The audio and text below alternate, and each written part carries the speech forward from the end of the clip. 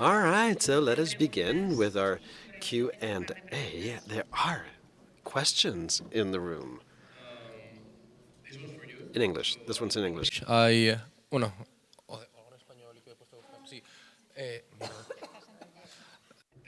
I had a change of hearts. Should I speak in Spanish? Should I speak in English? What should I do? Maybe ask in English? Okay, so he's asking in English. you talked about the possibility of copper deficiency either locally or systemically being one of the possible causes for skin elasticity issues. So I had a question. Yes, whenever I get my lab results back after a blood test, I see that I am severely copper deficient as in a blood level. Like I have almost no copper in my blood.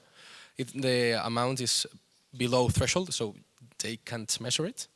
But the exchangeable copper last time was around 22%. So my question is, this is a sign of copper deficiency, obviously, right?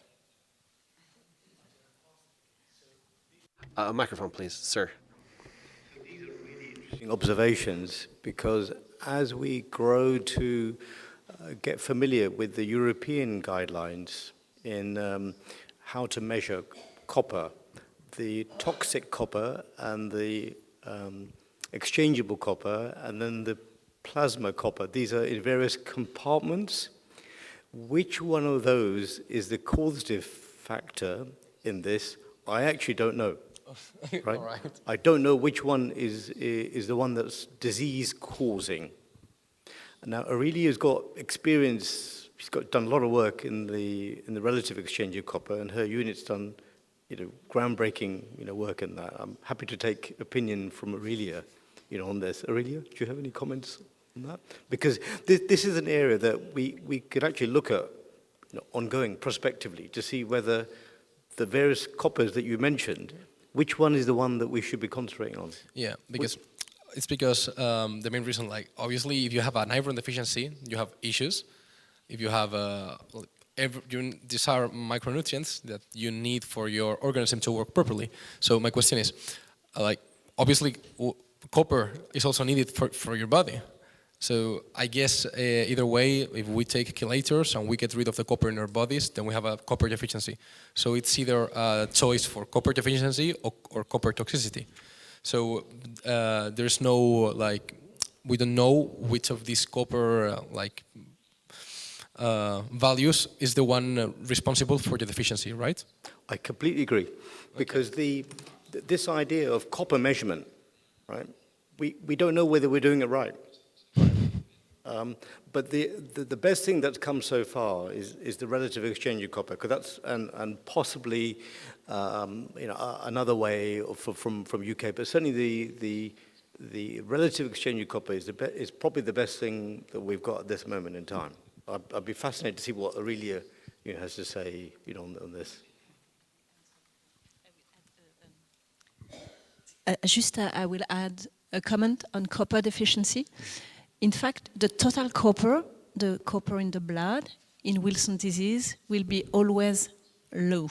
So you don't have to look at this parameter. When we look for copper deficiency, we look at the exchangeable copper, which is the free copper, the toxic copper, and in our experience, the free copper, this exchangeable copper, and the good thing here in Spain that you have two labs that can dose this exchangeable copper, that you can use it. So it will be very, very, very low. So that's one point. And you have to look at the urinary copper excretion as well. If you're on chelators, the urinary copper excretion, when it goes very, very down, it means that you have no copper to excrete, okay? But if you are on zinc, it will be done with the zinc, okay? And when you have a copper deficiency, it will be very, very low as well. So in fact, we look at the urinary copper excretion, the exchangeable copper, and we also look at if you have anemia and leukopenia. So in the blood test, in copper deficiency, you have very low red cells, hemoglobin is low. So you have anemia, leukopenia. So in fact, it takes a lot of time to develop copper deficiency in the life of Wilson, and we show that it's we have to be very careful with patients on zinc. After 15, 20 years of treatment by zinc,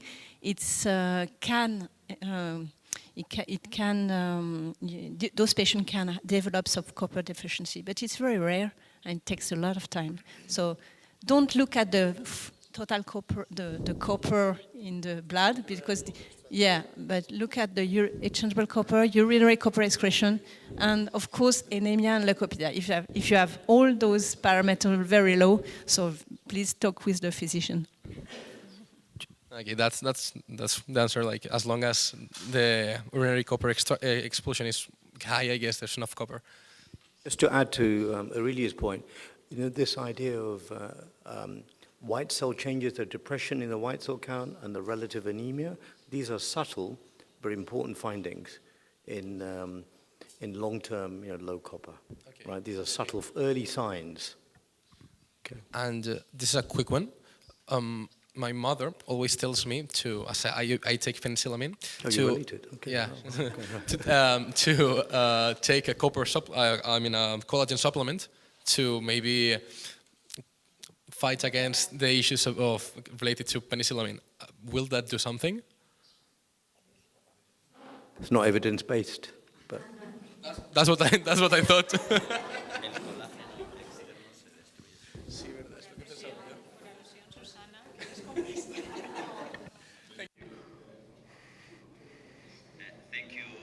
Both speakers. Regarding your presentation, Ala, two interesting or intriguing points. Because first, you have presented that the skin changes, well, I have studied that the skin changes were related to collagen synthesis problems after the penicillamine. But you have shown a whole slide with several explanations or several possible issues related to skin problems. So it's not always collagen problem. And the second, so it's not always the result of the penicillamine intake, perhaps it's the low copper levels or something like this, affecting collagen, elastin, several things.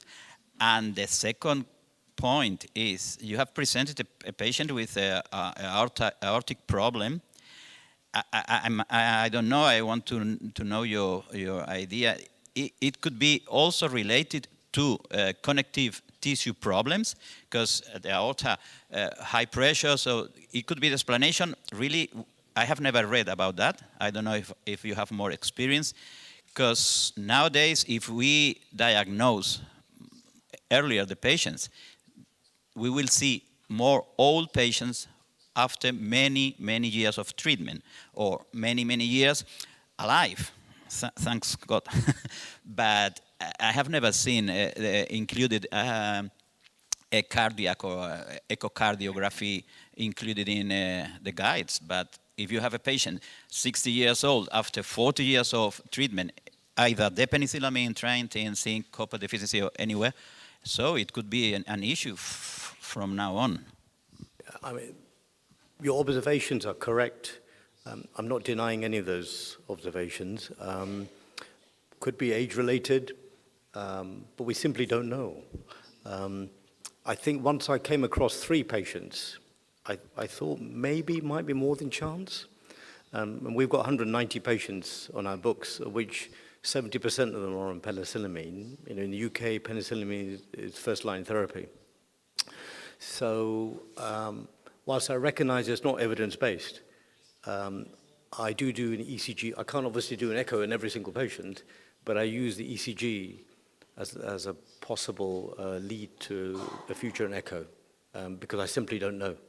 And whilst I don't want to scare people, but whether it's a real phenomenon, I simply don't know. Sí. Dr. Mercè, Casanova, the Lee Silverman voice treatment, can it be performed online? Or is it necessary to have a speech therapist? Because there are patients that come from rural isolated areas. And I always tell them, go to a speech therapist. For me, it's really important. But sometimes, it's not easy for them to travel. Or can this be done online? Because you also said this was 3 times a day, every day for 3 months, which is, tricky, to say the least. Well, if you want to conduct the full program officially, you have to take a course and be certified as a therapist, mind you. These are those typical American programs you need to be certified for. That's in theory. In practice, it's not that difficult. You end up learning by your own, and you can do therapy online. With AIDA, for example, we did online therapy before COVID, so we invented this, so to speak. So it is indeed possible and very effective, too, because it's easier for patients to, adhere to online sessions. If they have to come in face-to-face, often they don't, so it's better from home, certainly. I have a question.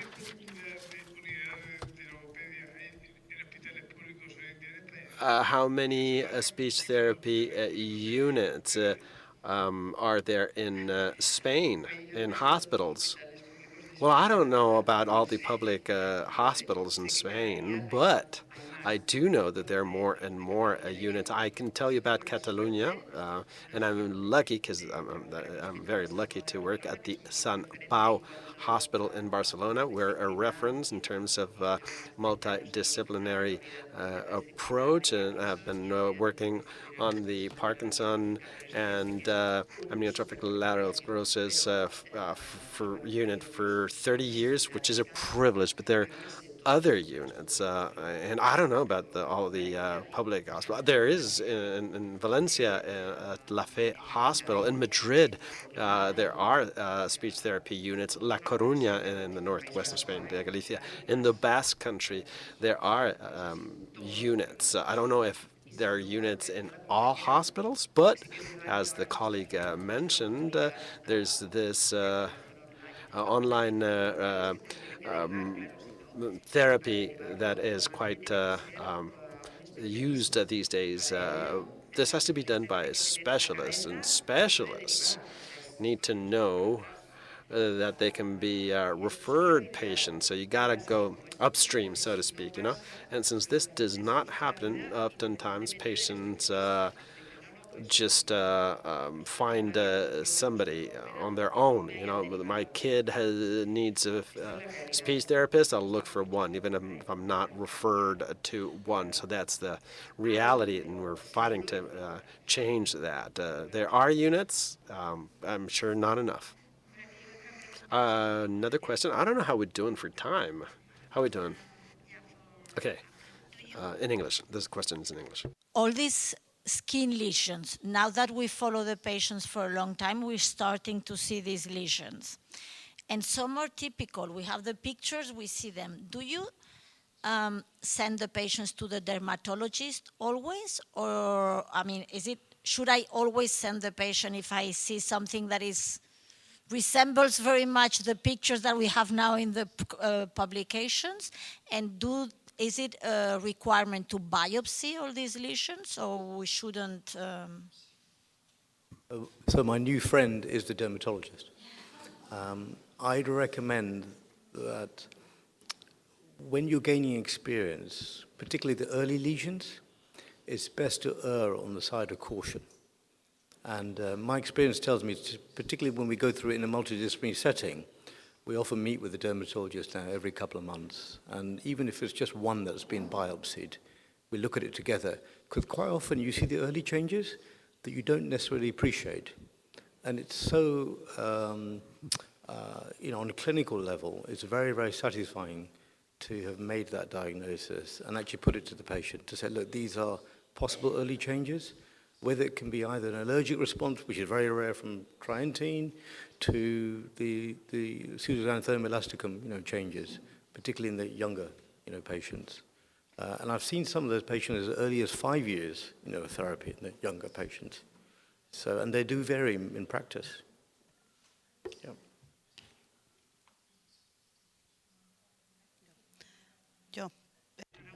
Congratulations on both presentations. I have a question for Mercè.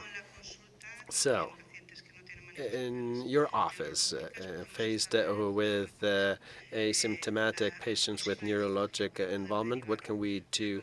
How do we go about dysphagia? So, what kind of signs and symptoms do we need to be attentive to? Well, first, excessive salivation, hypersialuria, and you can just ask. You know, they drool at night, or the patients sometimes drool just because at any moment in time, or when they're at rest, when they're eating. So then also ask patients if they've choked, and well, it could just be normal because it happens to everybody, or whether this happens frequently. Oftentimes, dysphagia goes unnoticed because people tend to normalize this, and people think, well, who doesn't this happen to, you know? But it's not as normal in the context of this condition and when it happens more often. So ask about frequency, with what kind of foods, if it's always the same, and in case of doubt, refer the patient to a speech therapist or the video fluoroscope, which is the gold standard. But you're not going to take all patients to do that. You know, there's a slight suspicion of dysphagia. But if you do have access to biofluoroscopy, it's an imaging technique and movement, and it allows you to see all the swallowing process and provides a lot of information. We understand what's going on. So sometimes with a clinical examination, silent aspirations, so the bolus goes into the lungs without there being a cough. So you can also ask, do you have frequent colds? Do you feel that your voice is moist? Do you feel that you have a lot of mucus? That is a symptom of dysphagia. So if you have access to video fluoroscopy, the sooner the better too. Thank you. First, thank you very much for the presentation. It's working. Yeah. I have a question for Aftab. I mean, copper deficit is something that is common to Menkes disease. And in that case, patients are treated now with copper supplementation. Do you think it will be possible to treat with topical copper those lesions, those skin lesions, or it will be very dangerous?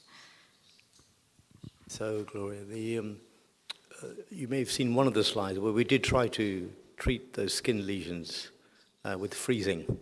And I don't know whether, in retrospect, whether that was the right idea.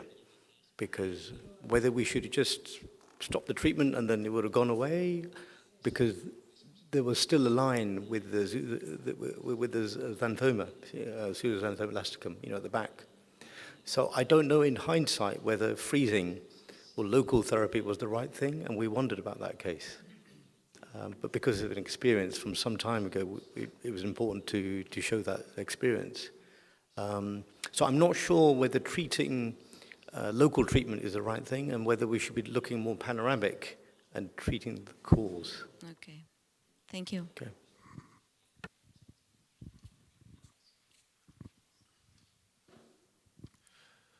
Thank you very much for both presentations. Una pregunta para... I have a question for Mercè. Any recommendation for patients with a mild impairment or at the onset?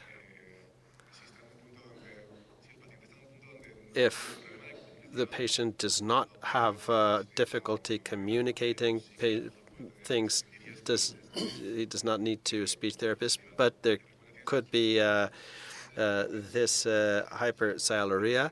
Any recommendation? Any exercise that could be done to improve? Well, I can't give you a general response for everybody. You need a personalized examination, if only to check that everything is normal. That is also therapy, you know? Go to a specialist and say, hey, everything is fine. Or these are the red flags. That's precisely what we discuss in multidisciplinary teams. You can help patients who, in theory, have nothing, but that something could come up. Why? Well, just to make sure that everything is fine, that everything is okay, and you need to personalize what you do and share signs of alarm. Say, oh, you're perfectly fine, but if you go to a restaurant and you gotta ask more frequently people to repeat what they said, it could be. All of us as patients tend to think sometimes that everybody is deaf, and everybody is not deaf. So it's good to refer to go to a professional. So when in doubt, go to a speech therapist. Yes, and without a doubt, I would say that is important to. And how important is it for speech therapists to be specialists? Well, it is important. I also I'm a member of the faculty at our university, and we struggle with this every day. We believe that there has to be some degree of specialization. Any further question over here?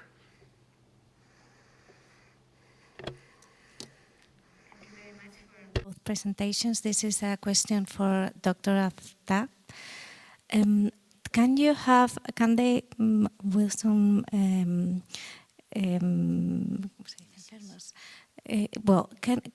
you have skin affections also with Trentine? With Trentine? Good question. I thought you couldn't until that last slide. So that very rare response of skin sensitivity after only a few weeks of trientine, which is biopsy proven. This is one of the reasons doing biopsy also, because it proves beyond reasonable doubt that was a response from trientine. It's very rare, mind you, extremely rare, but it is well described. So in the UK, when we see those type of reactions, we have to fill out a yellow card system, which is monitored throughout the UK. So we let other people know of our experiences. But when I spoke to the manufacturers of trientine, both Orflan and Univar, they assured me it was a very, very rare response, but a recognized response. And obviously we've had to stop the treatment straight away. It's interesting, we actually reduced the dose first, because we didn't want to deny the patient the treatment. And when we reduced the dose, that original lesion disappeared, but another lesion came on, which we biopsied, and it was still an allergic response, because while she was on treatment. So maybe once we stop the treatment, which is what we've done temporarily, we'll see what happens. I'll let you know. Thank you. Me dice el señor del... So the bell master said that time's up. Thank you for your questions. Thank you so much to the presenters, Aftab, Mercè, Casanovas. Thank you. May I ask the speakers, members of the Spanish Association of Families and Patients with Wilson's, come on stage, because we're going to take a group picture. Well, there's a question. Are there further questions? Because we have 15 minutes. We've been very well behaved in terms of timekeeping, and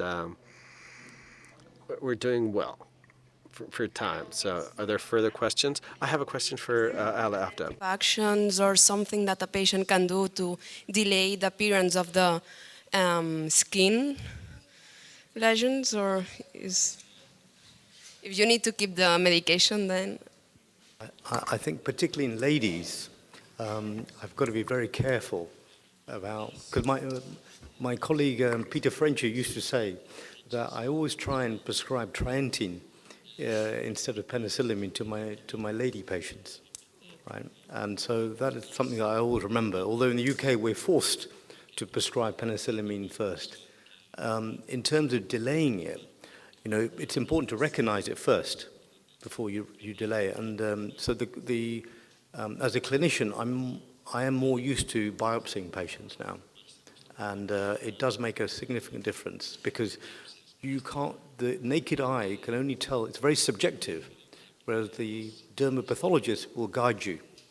And that's where the pathologists come in very useful to work in hand. Thank you. Thanks.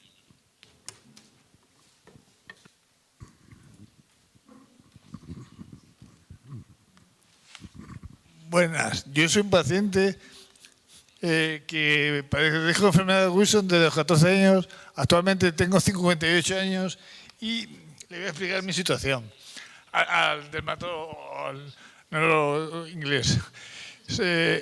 A mí me llevan en un hospital de referencia de España, en Madrid, Ramon y Cajal, que es el hospital de referencia para la enfermedad. Y he sufrido... I'm sorry, I was in the wrong channel. So I'm seen at the Ramon y Cajal Hospital in Madrid, reference. So we started with the wheathin, then I didn't tolerate this, and then I developed GI intolerance. I was switched to trientine. I'm taking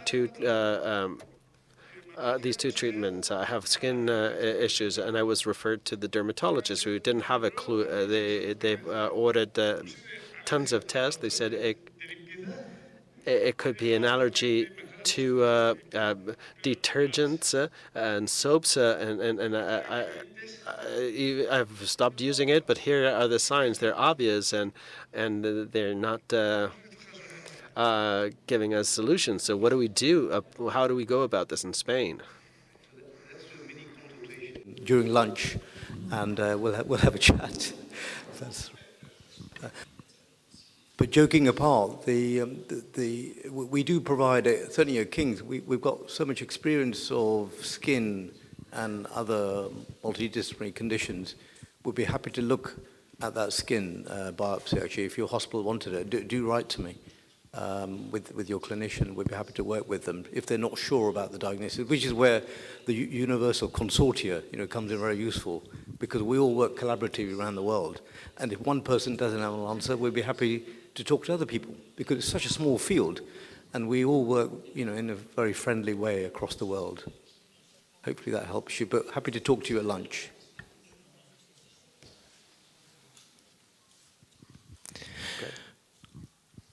¿Alguna pregunta? Any further question?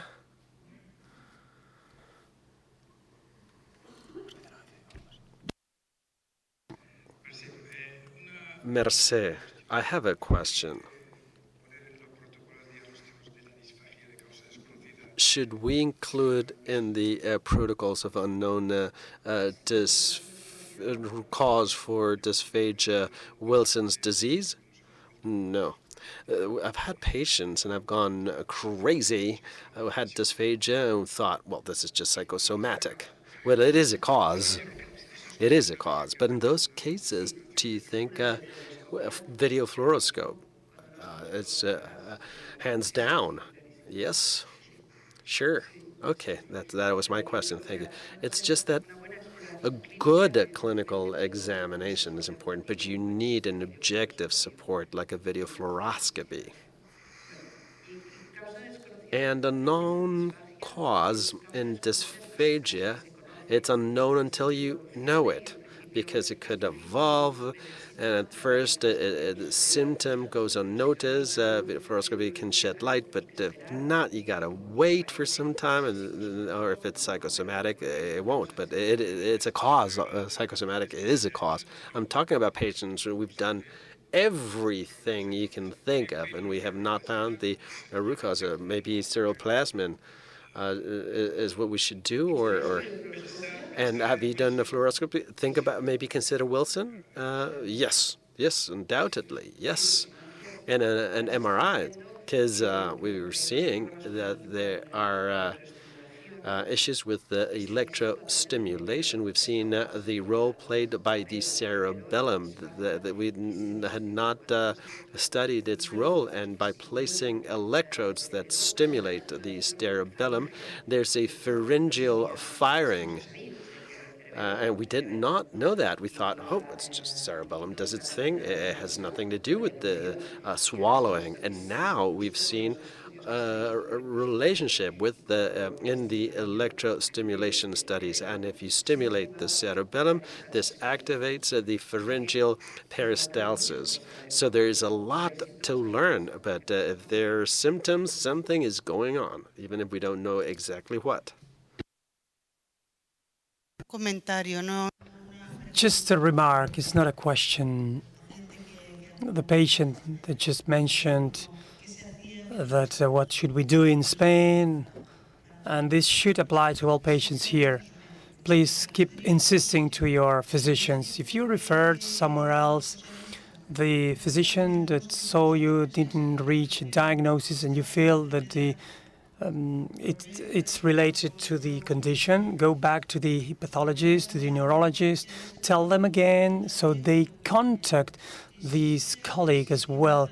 Keep insisting whether, because to be honest, these communication channels fail sometimes, are broken for some reason, and when we're together we might see things that we might not see in isolation, and that's not a problem. From keep banging on, you know, inverted comma, you have to continue insisting, no problem at all. So if the washing machine is broken or your car, I'm sure you go back to the garage. So it's the same here. You have to keep insisting. No worries. Nobody's going to get angry or something.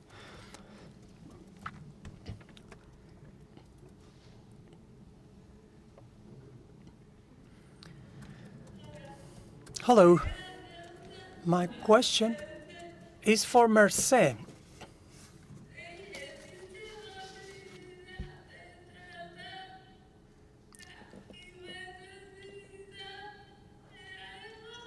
Is there any chance ¿Hay ejercicios específicos to treat hypersensitivity in the tongue? Yes, there are some tools. Yes, there is a possibility to do that. Yes, obviously, we have these tools.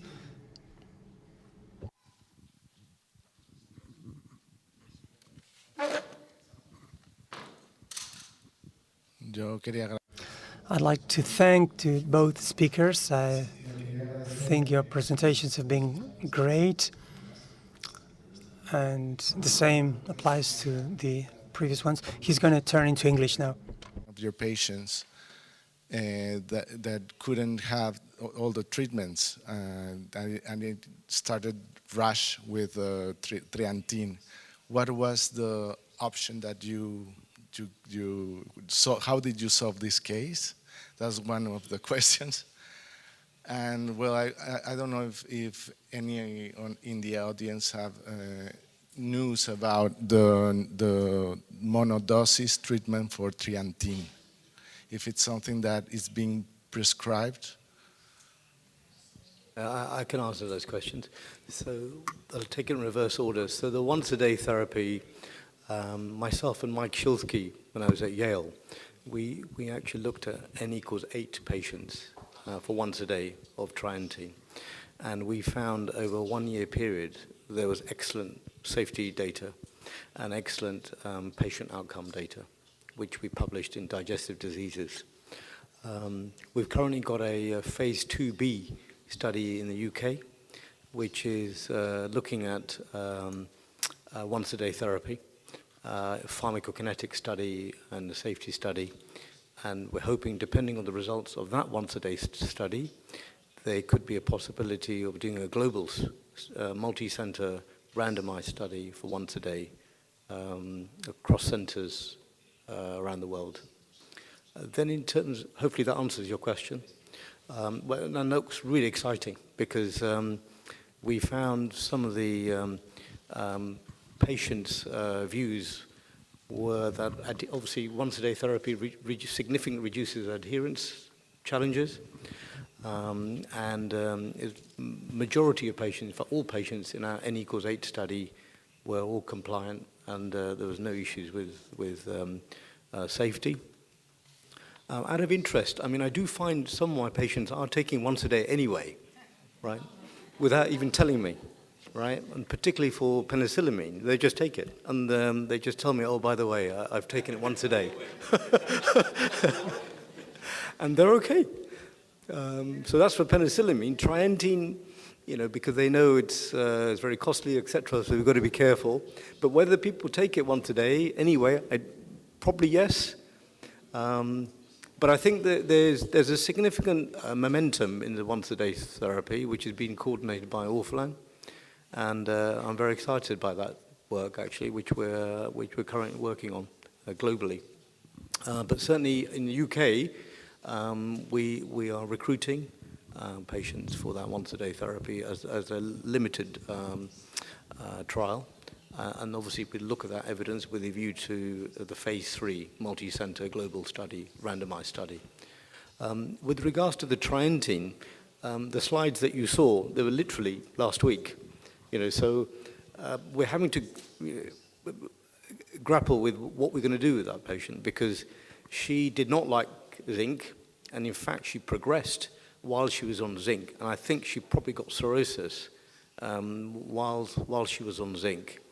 And then penicillamine, you know, there was a suggestion there may have been a rash with penicillamine, you know, without dose escalation with even the first couple of weeks. And then with trientine, she was on one of the trientine products when we started that within weeks. So whether we go to the alternative trientine, you know, that remains to be seen. Or whether we look at other options, possibly gene therapy. Or possibly other forms of newer therapies.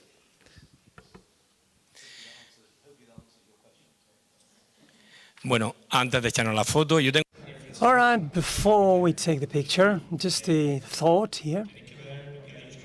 Well, Anna just said she asked her a recommendation to